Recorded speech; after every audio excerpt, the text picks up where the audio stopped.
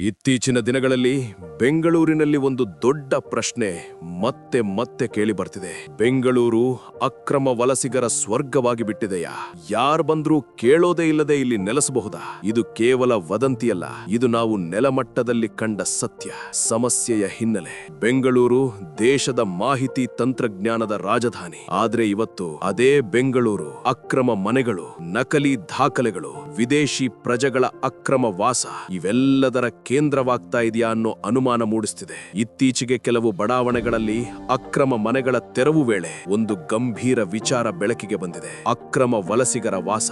ಬೆಂಗಳೂರು ನಗರದಲ್ಲಿನ ಕೆಲವು ಪ್ರದೇಶಗಳಲ್ಲಿ, ಬಡಾವಣೆಗಳ ಒಳಭಾಗದಲ್ಲಿ, ಖಾಲಿ ಜಾಗಗಳಲ್ಲಿ ವಿದೇಶದಿಂದ ಬಂದ ಅಕ್ರಮ ವಲಸಿಗರು ವರ್ಷಗಳ ಕಾಲ ವಾಸ ಮಾಡ್ತಾ ಇದ್ದಾರೆ. ಅವರು ಕೇವಲ ವಾಸ ಮಾತ್ರವಲ್ಲ, ಸ್ಥಳೀಯ ಭಾಷೆ ಮಾತಾಡ್ತಾ ಇದ್ದಾರೆ, ಇಲ್ಲಿ ಕೆಲಸ ಮಾಡ್ತಾ ಇದ್ದಾರೆ, ಸ್ಥಳೀಯರಂತೆ ಬದುಕ್ತಾ ಇದ್ದಾರೆ. ನೋಡಿದ್ರೆ ಇವರೇ ನಮ್ಮವರಂತೆ ಅನಿಸ್ತಾರೆ. ನಕಲಿ ದಾಖಲೆಗಳ ಸತ್ಯ.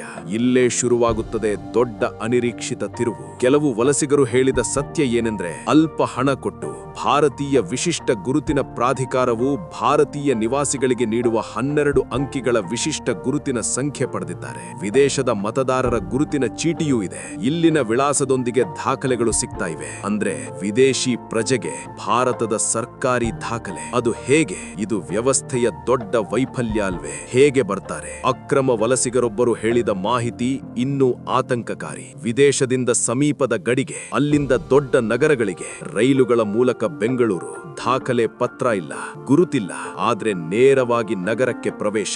ವರ್ಷಗಳ ಕಾಲ ವಾಸ. ಕೆಲವರು 10-15 ವರ್ಷಗಳಿಂದ ಇಲ್ಲೇ ಇದ್ದಾರೆ. ಮಕ್ಕಳಿದ್ದಾರೆ, ಕುಟುಂಬ ಇದೆ, ಕೆಲಸ ಇದೆ. ಕೆಲವರು ಕಸ ಸಂಗ್ರಹ, ಗುಜರಿ ಕೆಲಸ, ಹಳೆ ಕಬ್ಬಿಣ ಕೆಲಸ ಮಾಡ್ತಾ ಇದ್ದಾರೆ. ಅವರ ಮಾತು ಒಂದೇ: ನಮ್ಮ ದೇಶದಲ್ಲಿ ಬದುಕೋಕೆ ಸಾಧ್ಯವಿಲ್ಲ, ಅದಕ್ಕೆ ಇಲ್ಲಿ ಬಂದ್ವು.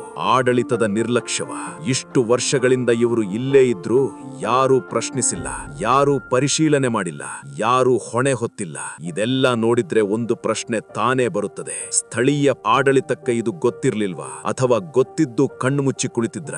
ಮುಂದಿನ ಅಪಾಯ: ಇವತ್ತು ಕ್ರಮ ಕೈಗೊಳ್ಳದಿದ್ರೆ ನಾಳೆ ಸಂಖ್ಯೆ ಹೆಚ್ಚಾಗುತ್ತೆ.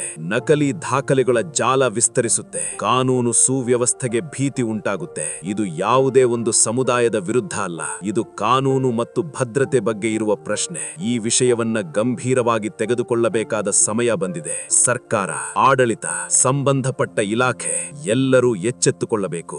ನಿಮ್ಮ ಅಭಿಪ್ರಾಯವೇನು? ಪ್ರತಿಕ್ರಿಯೆಗಳ ಮೂಲಕ ಹಂಚಿಕೊಳ್ಳಿ. ಇತರ ಭಾಷೆಗಳ ಕಲಬೆರಕೆ ಇಲ್ಲದೆ ಸಂಪೂರ್ಣವಾಗಿ ಅಚ್ಚು ಕನ್ನಡದಲ್ಲೇ ಒಂದು ದೃಶ್ಯಾವಳಿಯನ್ನು ರೂಪಿಸಿರುವುದು ನಿಜಕ್ಕೂ ಒಂದು ಮಹಾನ್ ಪ್ರಯತ್ನ. ಪರಭಾಷೆಯ ಪ್ರಭಾವ ಹೆಚ್ಚಿರುವ ಇಂದಿನ ದಿನಗಳಲ್ಲಿ ಕನ್ನಡದ ಮೇಲಿನ ಗೌರವ ಮತ್ತು ಪ್ರೀತಿಯನ್ನು ಇದು ಸ್ಪಷ್ಟಪಡಿಸುತ್ತದೆ. ಈ ದೃಶ್ಯಾವಳಿ ನಿಮಗೆ ಇಷ್ಟವಾದರೆ ಮೆಚ್ಚುಗೆ ಸೂಚಿಸಿ. ಯುವ ತೇಜಸ್ವಿ ಕನ್ನಡಿಗ ವೈಟಿ ಕನ್ನಡಿಗ ಮಾಧ್ಯಮಕ್ಕೆ ಚಂದಾದಾರರಾಗಿ ಮತ್ತು ನಿಮ್ಮ ಸ್ನೇಹಿತರೊಂದಿಗೆ ಹಂಚಿಕೊಳ್ಳಿ. ಮತ್ತೊಂದು ಹೊಸ ವಿಡಿಯೋದೊಂದಿಗೆ ಮತ್ತೆ ಭೇಟಿಯಾಗೋಣ. ಜೈ ಭಾರತಾಂಬೆ, ಜೈ ಕರ್ನಾಟಕ. ಧನ್ಯವಾದಗಳು.